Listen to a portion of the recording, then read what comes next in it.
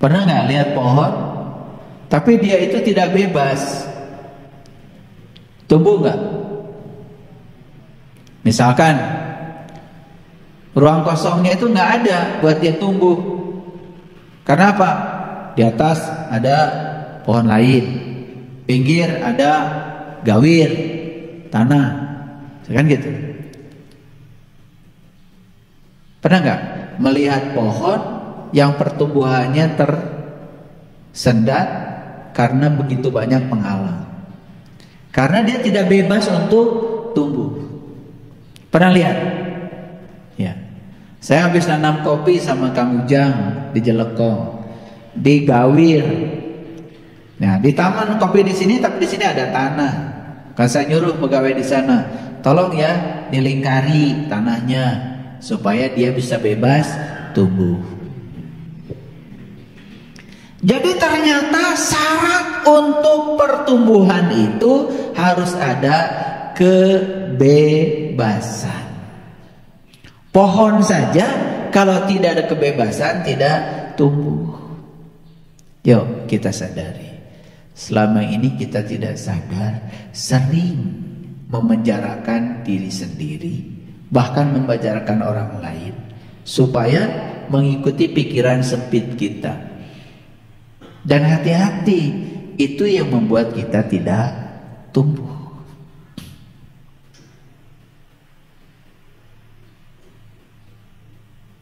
Pernah gak membatasi anak? Jangan begini, jangan begitu, jangan belajar ini, jangan belajar itu. Betul gak? Ya. Naik motor, jangan. Naik mobil, jangan. Bisa cilaka. Betul gak? Mau kerja, jangan. Bisa loba duit.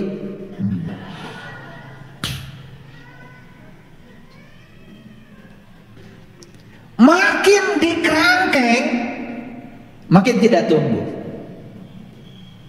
Dan kita sering mengatasnamakan cinta kasih kepada orang lain ketika kita mengkerangkeng kebebasan orang lain dengan alasan cinta kasih, padahal kita sedang mematikan pertumbuhan orang lain. Itu yang disebut dengan intervensi terhadap karma. Makanya kita ini harus bisa memberikan ruang pada orang lain untuk melunasi karmanya. Jangan sampai kita intervensi. Oleh karena itu maka kita tidak bisa berada dalam mode bertahan. Kita harus berada di mode pertumbuhan kalau ingin tumbuh. Nih saya tanya, ada nggak orang yang dalam kehidupan ini kedewasannya nggak nunggu-nunggu? Ada kan? Tapi dia sibuk kan? Kenapa? Karena dia setiap saat bertahan di mode bertahan, tidak memasukkan dirinya di mode pertumbuhan. Mode bertahan berarti di zona nyaman. Mode pertumbuhan berarti di zona tidak nyaman. Jujur ya, pilih zona nyaman atau tidak nyaman? Semua pilih zona nyaman, tapi ingin tumbuh. Aneh gak? Gitu. Ingin tumbuh tetapi memilih untuk ada di zona nyaman. Tahu artinya zona nyaman? Kita berada di situasi yang kita ingin, dan kita melarang diri kita memasuki situasi yang tidak kita ingin. Itu. Makanya orang yang semacam itu tidak pernah bertambah pengalaman hidupnya. Tidak semua pertumbuhan itu perubahan. Seperti halnya tidak semua pergerakan itu kemajuan. Jadi jangan menganggap setiap perubahan itu adalah pertumbuhan. Belum tentu. Karena setiap pergerakan juga belum tentu kemajuan. Dan oleh karena itu, bagaimana siasatnya supaya setiap perubahan itu adalah pertumbuhan? Kan pohon bisa saja berubah, ya kan? Asalnya sudah bagus, tapi kemudian jadi layu, kan berubah juga. Dan itu bukan pertumbuhan. Setiap perubahan jangan dikategorikan pertumbuhan, karena setiap pergerakan juga belum tentu kemajuan. Jadi berarti pertumbuhan itu yang saya maksud adalah selalu linier atau kuadratis, mengarah kepada yang positif. Nah, nanti kita lihat ya, kita ukur, kita tumbuh apa tidak. Baik. Pertumbuh alam menunjukkan bahwa dengan pertumbuhan maka kecerdasan datang. Catat oleh kalian, pertumbuhan itu adalah cara alam untuk membuat kita tambah cerdas. Setuju? Oke, kalau gitu saya ulang lagi. Memasuki zona tidak nyaman, pertumbuhan bukan? Pertumbuhan. Memasuki zona tidak zaman, ada masalah nggak di situ? Ada masalah. Begitu memasuki masalah, ada kesulitan nggak? Ada kesulitan. Bukankah di situ kecerdasan tumbuh? Saya mau tanya sekarang kalau gitu, mau cerdas? Mau cerdas? Nah, syarat cerdas itu harus membiarkan diri kita di mode pertumbuhan. Berarti kalau mengizinkan diri kita di mode pertumbuhan, izinkan kita berada di zona yang tidak nyaman. Kan di situ ada masalah dan kesulitan. Di situ cara semesta menumbuhkan kita. Sekarang saya tanya lagi. Faktanya, kita kan ingin bertahan di zona nyaman. Tapi kalau ditanya ingin cerdas, ingin. Itu yang menyebabkan kecerdasan kita stagnan, tidak naik-naik. Karena antara keinginan dengan fakta berbeda.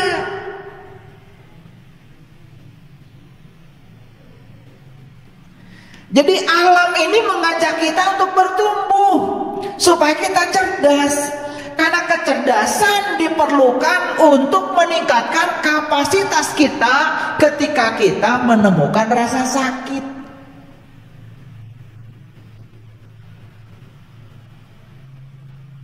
Ngerti? Gini saya kasih tahu, sederhana. Pernah ada cerita tabung gas meledak? Oke. Kenapa? Ruangnya sempit. Ledakan di ruang sempit sangat berbahaya. Makanya tim gegana dari Polri kalau menemukan bom yang mau diledakkan oleh teroris, karena oleh tim gegana dibawa dulu ke tempat yang lapang, diledakkan juga. Sama seperti yang diledakkan oleh teroris, cuma teroris meledakannya di ruang sempit supaya timbul kerusakan. Tim gegana Polri juga sama meledakkan bom dengan ledakan yang sama, cuma diledakannya di ruang yang kosong. Ternyata di ruang kosong yang luas tanpa batas, ledakan sama sekali tidak berbahaya. Jadi kalau begitu yang bahaya itu apa? Ledakannya atau ruang sempitnya? Jawab. Nih, ringan gak ini? Ringan gak ini? Ringan. Sekarang taruh tangan kita di sini, letakkan ini di sini. 5 menit, apa-apa. 10 menit, belum apa-apa. 10 jam, 10 hari, 10 bulan. Jadi masalah kita tuh apa sebetulnya? Apakah masalahnya itu adalah besarnya masa air ini, atau kelamaan kita memegangnya? Pintar kalian itu. Jadi yang membuat kita menderita itu sebetulnya bukan masalah lila teuing nyepengna. Masalah sudah berlalu 10 tahun yang lalu. Tiap ngobrol eta deui. Tiap ngobrol eta deui. Padahal kejadiannya sudah 10 tahun yang lalu. Jadi sebetulnya masalah besar kita itu bukan masalahnya, tetapi kita menggenggamnya terlalu lama. Tiap ngobrol teh balik deui ka dinya. Eueuh anyar. Tiap ngobrol balik deui, makana mending cicing. Sebetulnya masalahnya bukan berapa masa air ini, tetapi berapa lama Anda menggenggamnya. Sebetulnya kalau digenggamnya sebentar kan gak masalah. Pernah lihat gak orang yang angkat besi 180 kilo ditarik, terus tepuk tangan mah ragrageun deui, nggak jadi masalah. Padahal 180 kilo, betul nggak? Iya, pernah lihat angkat besi ditarik, tepuk tangan ragrageun, sampai tepuk tangan aja ragrag juara. 180 kilo nggak bahaya. Ternyata 180 gak bahaya kalau sebentar megangnya. Iya kan salah 1,5 kilo lila teuingnya pernah bahaya.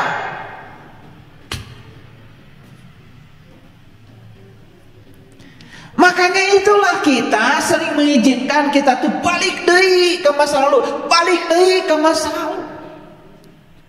Karena kita sendiri yang memegangnya terlalu lama.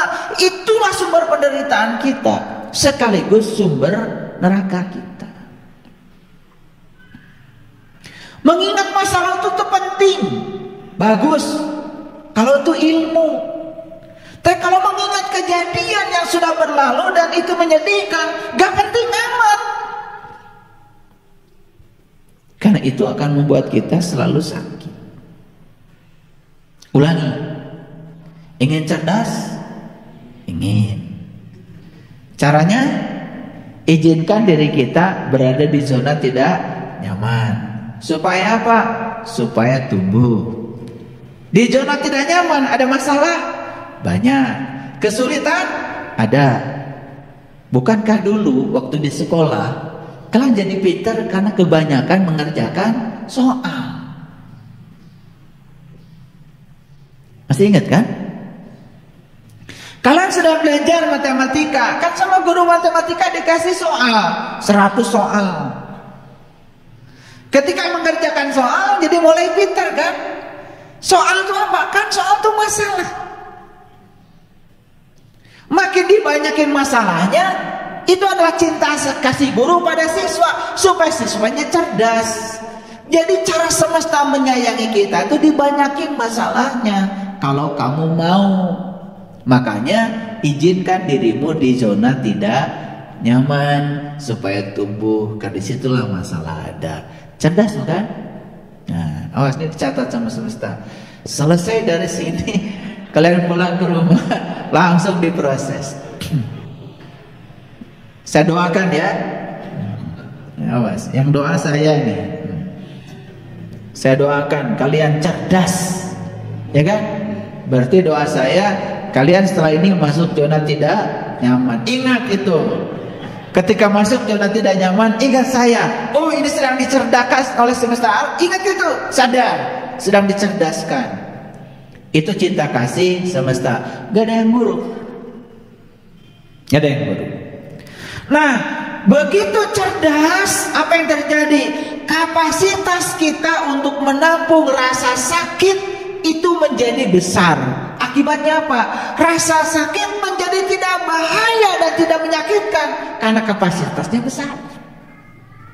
Jadi ledakan hanya berbahaya kalau ruangnya sempit. Makanya dalam fisika proses meledaknya sesuatu disebut proses isohorik. Nah, isohorik itu artinya apa? Volume konstan. Suatu proses yang berlangsung di mana volumenya konstan, itu namanya isohorik.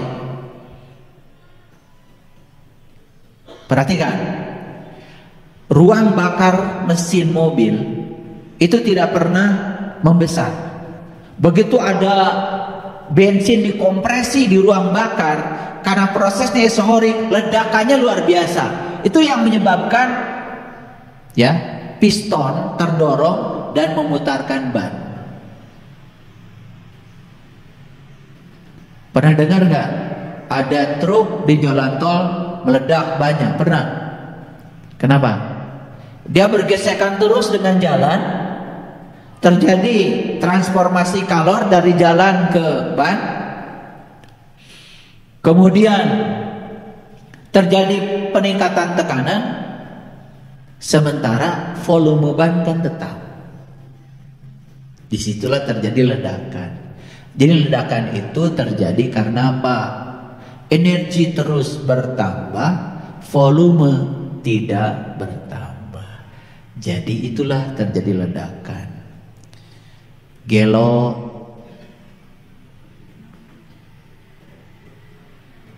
depresi, stres, akibat apa? Masalah tambah banyak, kapasitas untuk menampungnya tidak pernah berubah. Ngaji ente, belajar kesadaran tidak. Akibatnya apa? Pengetahuan eta-eta kene, ari masalah tambah loba, kapasitas tidak bertambah, cerdas mengkomo teu nambah. Apa yang terjadi? Ya udah, gelo. Jadi sebetulnya gelo itu akibat dari kapasitas tidak pernah bertambah. Jadi sebetulnya yang menyebabkan orang depresi itu sebetulnya bukan masalahnya, kapasitas dia untuk menampung masalah tidak berubah. Itu sebetulnya. Itulah pentingnya kita ketemu seperti ini, belajar tentang kesadaran. Setiap ketemu saya kapasitas ditambah. Begitu ada masalah nggak kerasa, karena kapasitas nambah terus. Bayangkan masalah tambah banyak, kapasitas tidak dirubah, terjadi proses isohorik, ledakan tidak bisa dihindarkan lagi.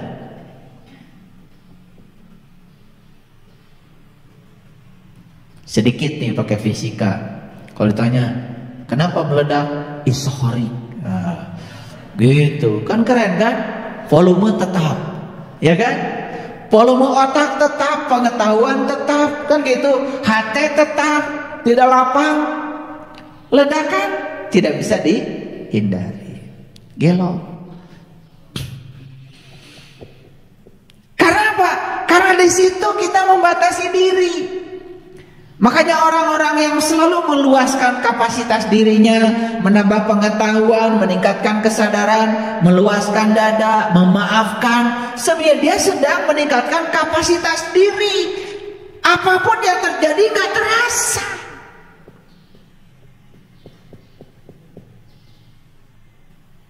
Paham ya? Oke. Jadi ledakan bahaya apa tidak? Bahaya tidak?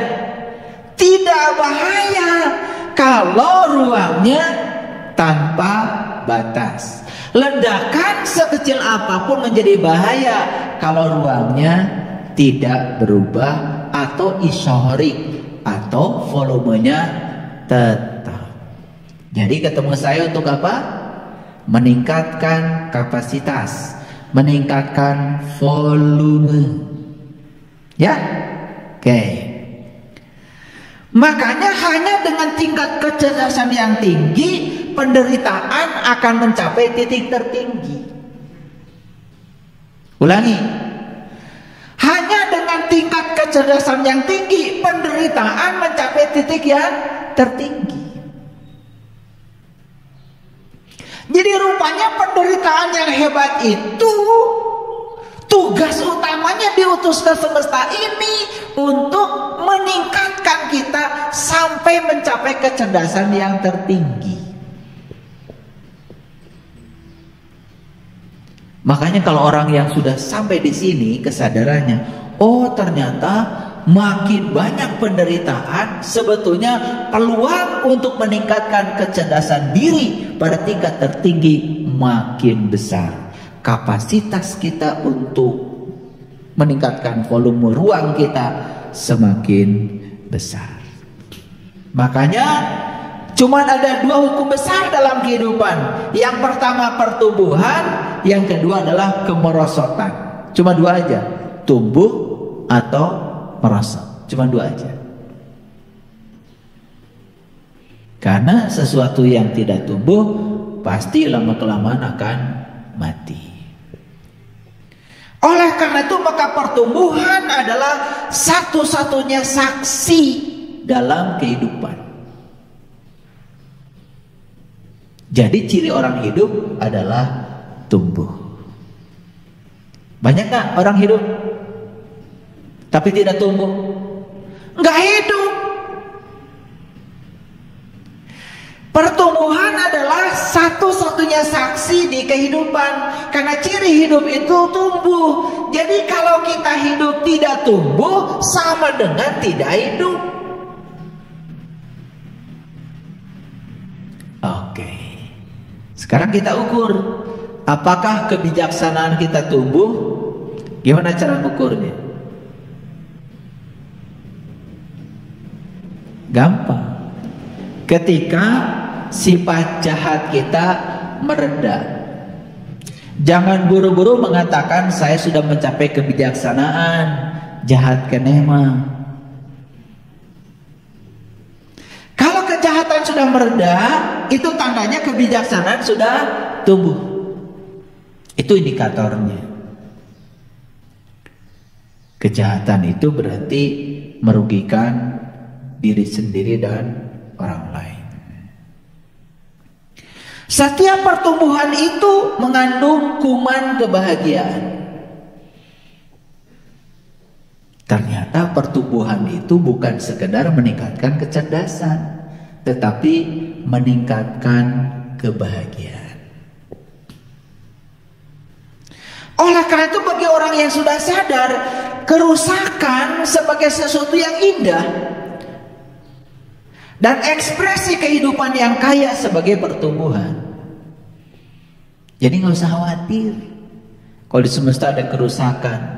Justru kerusakan itu bagi orang yang sadar sesuatu yang indah, ekspresi kehidupan yang kaya sebagai pertumbuhan. Masih ingat ya, kenapa Jepang itu menjadi negara maju? Kan gara-gara dirusak oleh sekutu, dibom. Hiroshima dan Nagasaki, hancur seluruh infrastruktur di Jepang saat itu yang menyebabkan Jepang tumbuh pesat karena ada kerusakan.